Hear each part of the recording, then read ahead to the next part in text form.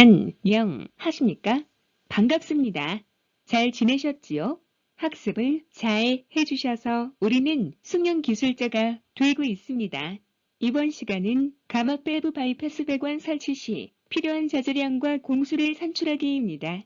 도면으로부터 배관 자재와 관보속을 산출하고 노무량을 구하여 노무비를 산출하여 내역서를 작성할 수 있는 응용 작업을 하도록 하겠습니다. 동영상 유튜브 샵 냉동 공조 설비 적산, 샵 건축 설비 적산, 샵 광기대 적산을 검색하셔서 냉동 공조 설치 설비 적산 -01-0310을 시청하고 숙련 될 수 있도록 학습하여 주시기 바랍니다.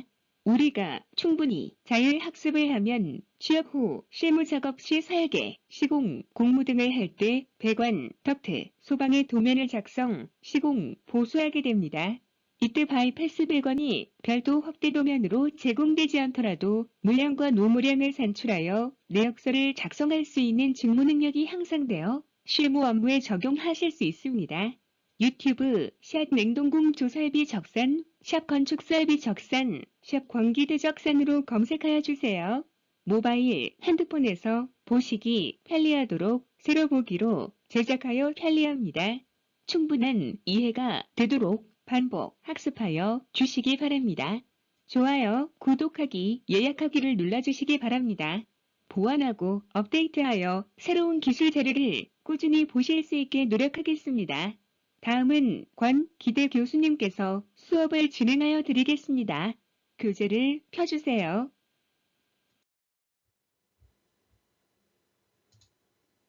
이번 장은 감압 밸브 바이패스 배관 100 곱하기 65 설치 시 필요한 자재량과 공수를 산출하기입니다. 앞에서 산출 근거서를 작성하도록 하겠습니다. 감압 밸브 바이패스 배관 100 곱하기 65는 용접식 이음입니다. 증기배관에서 1차 고압을 감압하면 부피가 커지므로 1차 배관과 바이패스 배관은 65mm 배관이고 2차 배관은 100mm 배관입니다. 증기배관이므로 보호는 그라스올 보온제 40mm를 사용하고 칼라 함석 마감으로 하겠습니다. 우리는 50A 배관까지 나사식이음으로 하며 용접식이음 방법은 모든 배관 규격에서 사용할 수 있다는 것을 알고 있습니다. 1. 강관 규격에 따라 가로, 세로의 거리를 구합니다. 배관의 길이를 구할 때 가로와 세로 길이를 더하고 바이패스 배관 길이도 더하도록 합니다. 다만 밸브 등의 부속품이 존재하지만 부속품의 길이를 감안하지 않고 길이를 정하도록 하겠습니다. 강관, 규격, 가로줄에 단위, 미터, 수량을 적습니다. 2. 용접이음 배관은 부속품, 즉 엘보와 배관을 연결할 시 용접을 하지만 밸브, 스트레이너 등을 연결할 때는 플랜지로 연결하게 됩니다. 용접이음에서는 플랜지를 풀어 수리 조립이 가능하므로 유니온 부속품은 사용하지 않습니다. 패킹이 누락될 수 있으나 적산에서 패킹을 산출하지 않더라도 공사를 시행할 시에는 잡재로 비해서 감안하여 구입하여야 합니다. 3. 동일한 방법으로 모든 부속품의 명칭과 규격, 단위 수량을 확인합니다. 4. 후렌지도 2개 한 세트인 조 후렌지와 개인 낱개 부분을 구분하여 적습니다. 마지막 보온재와 두께, 재질을 정하여 앞에서 구한 배관 길이를 기록합니다. 보온재는 그라스올 보온재 40mm를 사용하고 칼라 함석 마감으로 하겠습니다. 산출 근거서를 작성하였습니다. 이제 물량 집계표를 작성하겠습니다. 물량 산출이 끝나면 관의 가격을 물가자료, 물가정보, 거래처 견적, 인터넷 등에서 조사합니다. 정부 조달 및 관급 공사는 공식 정보를 통하여 세 곳을 비교하여 가장 낮은 단가를 조사하여 입력합니다. 적산 프로그램을 이용하면 자동으로 입력됩니다. 우리는 적산의 이해와 중급 숙련 기술자 수준의 업무 숙련을 위하여 직접 입력하도록 실습합니다. 한국물가정보, 물가자료, 대한건설협회 사이트 등의 유료로 가입하거나 인터넷 등에서 직접 단가 조사를 하여 적용하는 방법으로 실습하여 주시기 바랍니다.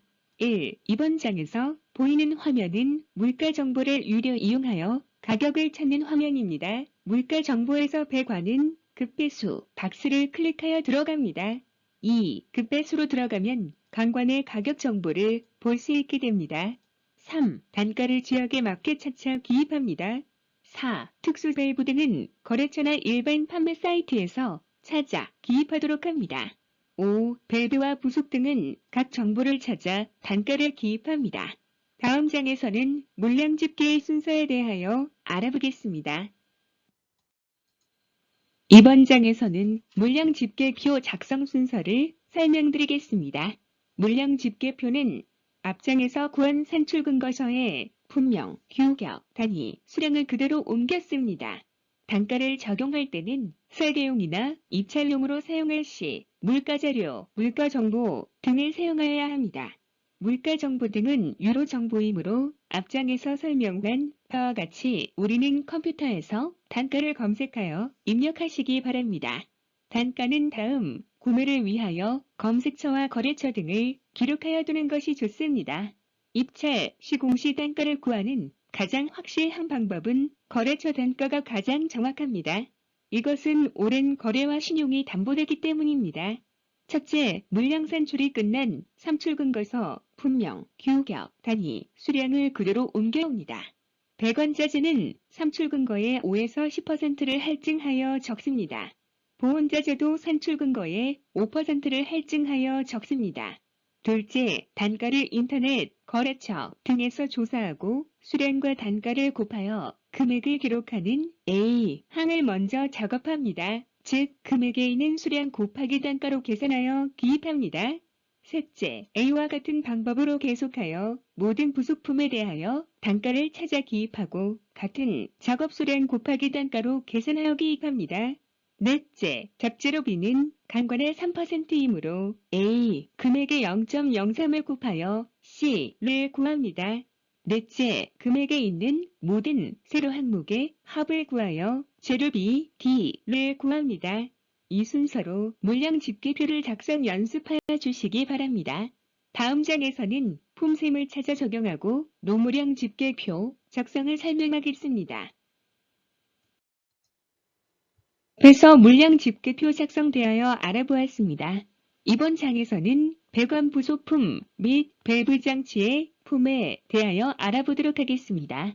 우리는 기능식 밸브의 바이패스 배관의 내역서를 작성하므로 표준 품셈의 배관 설치 노무비 2번 항이 감압 밸브 설치 품셈을 적용하도록 합니다.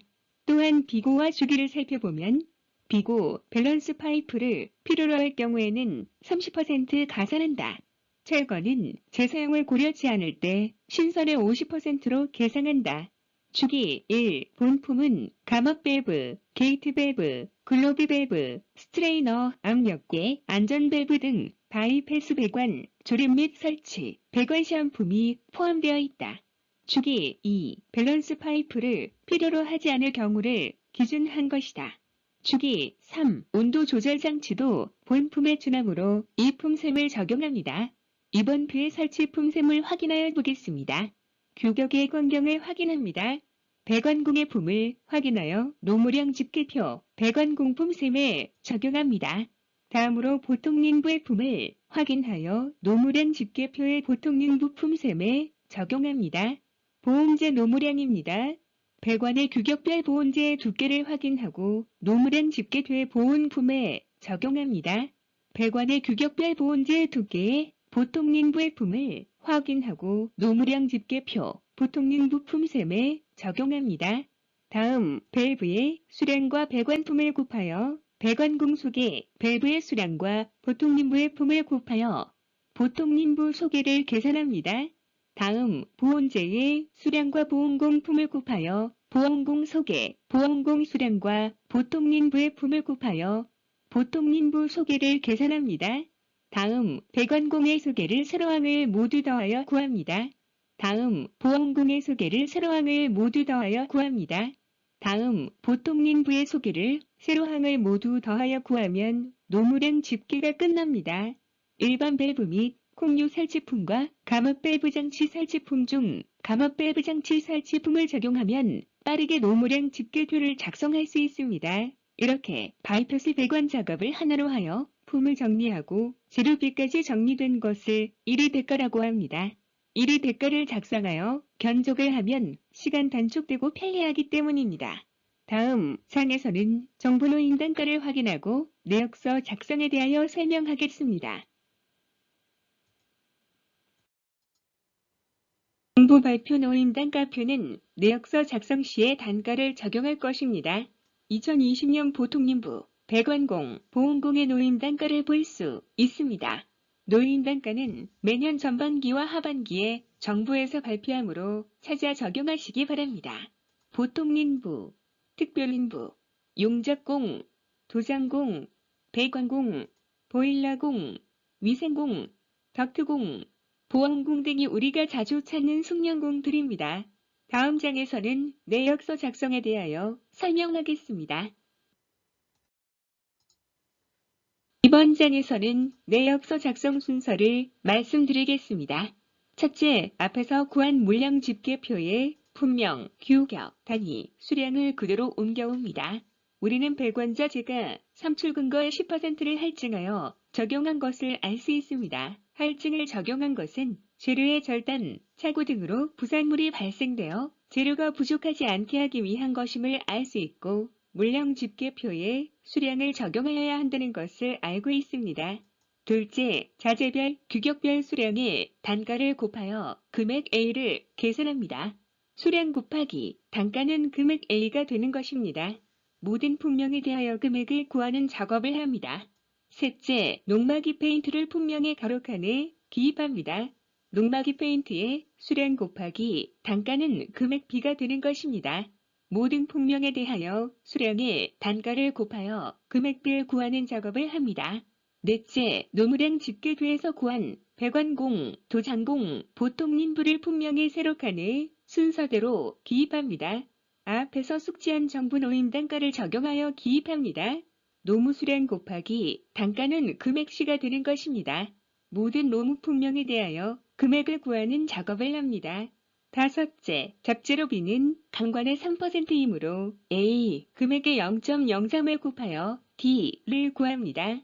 여섯째, 금액에 있는 모든 재료비 세로 항목의 합을 구하여 재료비 합 2를 구합니다. 일곱째, 금액에 있는 모든 노무비 세로 항목의 합을 구하여 노무비 합 F를 구합니다. 여덟째, 재료비 합 2와 노무비 합 F를 더하여 내역서 작성을 완성합니다. 단일 공사의 경우 이 내역서에 기업이윤 등을 추가하여 견적서로 제출할 수 있습니다. 이와 같은 순서로 내역서 작성을 연습하여 주시기 바랍니다. 여러분이 계산을 하는 동안 자격증에 대해서 설명을 해드릴까 합니다. 자격증은 여러분이 가질 수 있는 국가가 인정하는 실력을 검증하는 자격이 되겠습니다. 올해 여러분이 대학을 입학하셨다면 입학 후에 전문대학과 산의제대학으로 갔을 때의 전체적인 방향을 설명하도록 하겠습니다. 우리가 중고등학교 때 정말 열심히 공부하였더라면 산의제대학을 선택할 수도 있었겠으나 여러분하고 좋은 인연으로 만나게 되었으며 두 길을 선택한 것에서 기술인으로 살아가면서 필요한 것에 대하여 말씀을 드리고자 하는 것입니다. 기능사는 자격에 제한이 없습니다. 공고를 다녔다라면 2학년, 3학년 때 기능사 자격증을 딸 수 있겠습니다. 공고를 다닌 학생은 제가 설명하는 연도에 1년을 줄여서 이해를 하시면 되겠습니다. 산업기사는 기능사의 실무경력 1년 혹은 전문대 졸업 예정자가 응시할 수 있습니다. 즉 올해 하였다면 2년 5월이면 산업기사를 취득할 수 있게 되는 것입니다. 매년 3월에 1차 원서를 내고 5월에 2차 합격자 발표 때 합격을 하신다는 조건으로 말씀을 드리는 것입니다. 이때 자격증을 취득하는 것이 가장 유리하기 때문에 말씀을 드리는 것입니다. 여러분이 군 복무를 해야 된다면 2학년 1학기 때 산업기사를 따고 기술병으로 입대를 하시는 것을 권장드립니다. 그렇게 되면 여러분은 산업기사 취득 후 경력 2년의 자격증을 가지게 되는 것이고, 군대에서 기사 자격증을 취득하게 되는 것입니다. 즉 3년 후 12월이면 5월 지나서 시험을 봐서 12월이면 기사 시험을 취득하게 되는 것입니다. 이 방법이 가장 빠르게 여러분이 기사 자격증에 도전하게 되는 것이고요. 전문대에 들어와서 만 3년이면 기사 자격증을 취득하게 되는 것입니다. 그리고 여러분이 4년 후 2월이나 5년 후 2월에 졸업을 하게 될 것입니다. 그 이후에 취업 후에 여러분이 기능장을 취득하게 되는데요. 그렇다면 기능장은 산업기사 따고 5년의 경력이 필요하므로 7년 후에는 기능장을 취득할 수 있게 되는 것입니다. 산업기사는 기능장을 취득할 수 있지만 기사 자격만으로는 기능장을 취득할 수가 없습니다.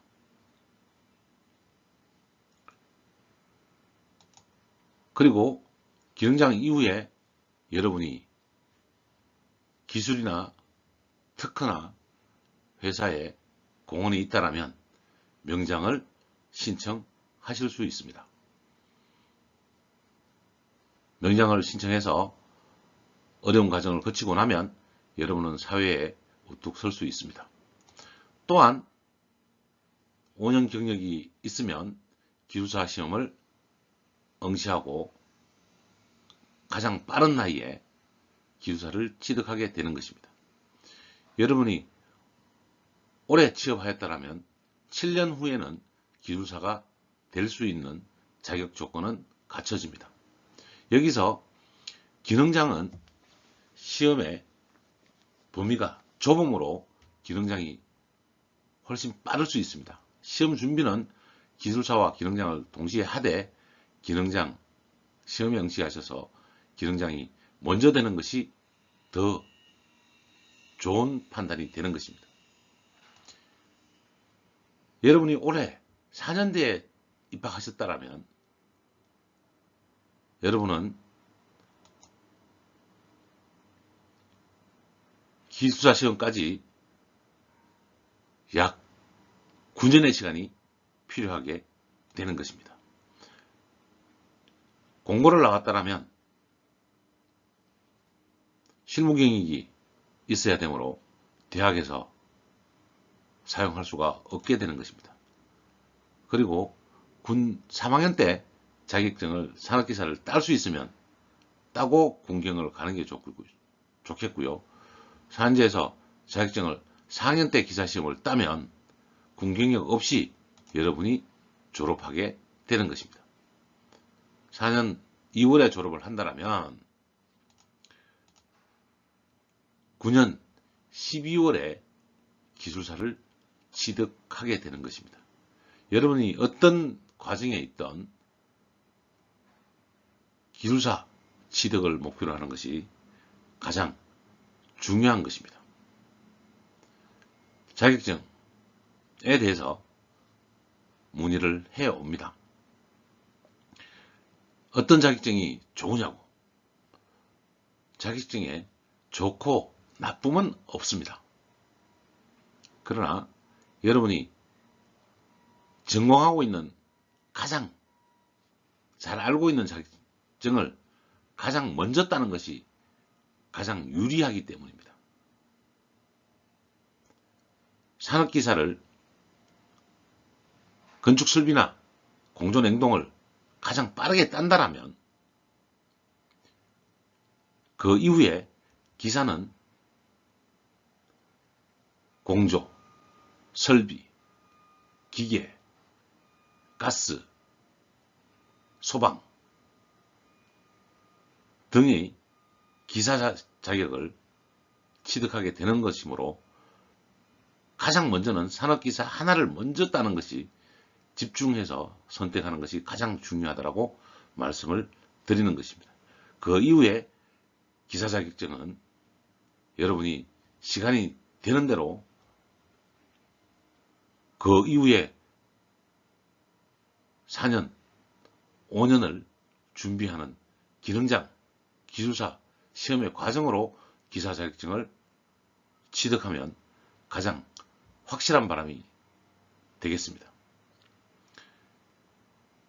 자격증을 취득하라고 하는 가장 큰 이유는 같은 일을 하고도 좀 더 많은 급여를 받고자 하는 것입니다. 라떼는 제가 어렸을 때 그 옛날에는 황금 보기를 돌같이 하라고 하였습니다. 물론 고위 공직자들은 황금 보기를 돌같이 해야 됩니다만 엔지니어들은 황금을 황금으로 볼 수 있어야 되고 기술의 가치를 황금으로 만들 수 있어야 되고 그것이 돈이 되어야 하는 것입니다. 같은 일을 하고 돈을 많이 벌면 나에게 주어진 시간이 훨씬 많음을 알 수 있게 되고 그 많은 시간을 여러분 기술 개발에 투자를 하고 여러분 기술이 돈으로 만들어지는 방법을 선택해야 되는 것입니다. 우리가 기술을 배우고 직무 능력을 올리는 이유는 기술이 우리의 행복을 담보하여 주기 때문이라고 저는 말씀드리고 싶습니다. 기술만 가지고 있다고 돈이 되지는 않습니다. 그러나 기술이 있는 사람이 돈을 버는 방법을 찾기가 훨씬 쉽다는 것을 알려드리고 싶은 것이 제 바람이기 때문입니다. 문제를 계산을 다 하고 문제를 풀어가는 과정을 계속하여 주시기 바라며 어느 날 같은 기술사로서 여러분을 만나고 여러분이 같은 기술사 입장에서 기술을 조언해 주시는 날이 오기를 간절히 기원합니다.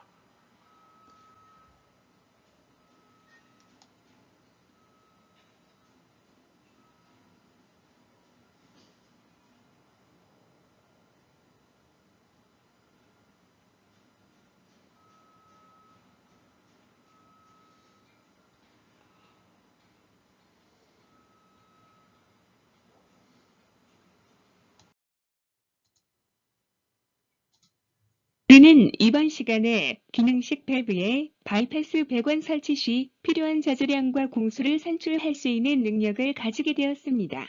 도면에서 배관자재와 관보속을 산출하고 노무량을 구하여 노무비 산출과 내역서를 작성할 수 있는 응용 작업을 학습하였습니다. 우리는 평면도를 이해하고 표현되지 않는 바이패스 배관의 여러 부속품의 규격과 수량을 확인하였습니다. 도면은 현장에서 시공하기에 완벽하여야 합니다. 모든 것을 표현하면 도면이 복잡하여 이해하기가 더욱 어려울 수 있습니다. 도면을 설계할 때 약속된 부분은 제외하고 작업을 하게 됩니다. 우리는 이런 약속을 이해하기 위하여 도면을 이해하는 방법을 배우는 것입니다. 여러분이 설계를 할 때나 시공을 할 때 약속을 기억하고 이해함으로써 숙련된 기술자가 되는 것입니다. 적산 업무의 가장 기본인 물량 산출을 하기 위한 도면을 파악하고 이해하여 업무의 숙련도를 키워야 합니다. 바이패스 배관이 별도의 확대 도면으로 제공되지 않더라도 물량과 노무량을 산출하여 내역서를 작성할 수 있는 직무 능력이 향상되어 실무 업무에 적용하실 수 있습니다. 설비적산, 능력 단위는 설계도서를 이해하여 정확하게 물량을 산출하고 단가를 적용, 자재비와 노무비를 산출하여 공사비를 최적화할 수 있는 내역서를 작성하기 위한 물량 산출 능력이 선행되어야 합니다. 적산 용지와 도면은 교재의 내용으로 진행하였습니다. 충분히 숙련되지 않았으면 반복 학습하여 주시기 바랍니다. 수고하셨습니다.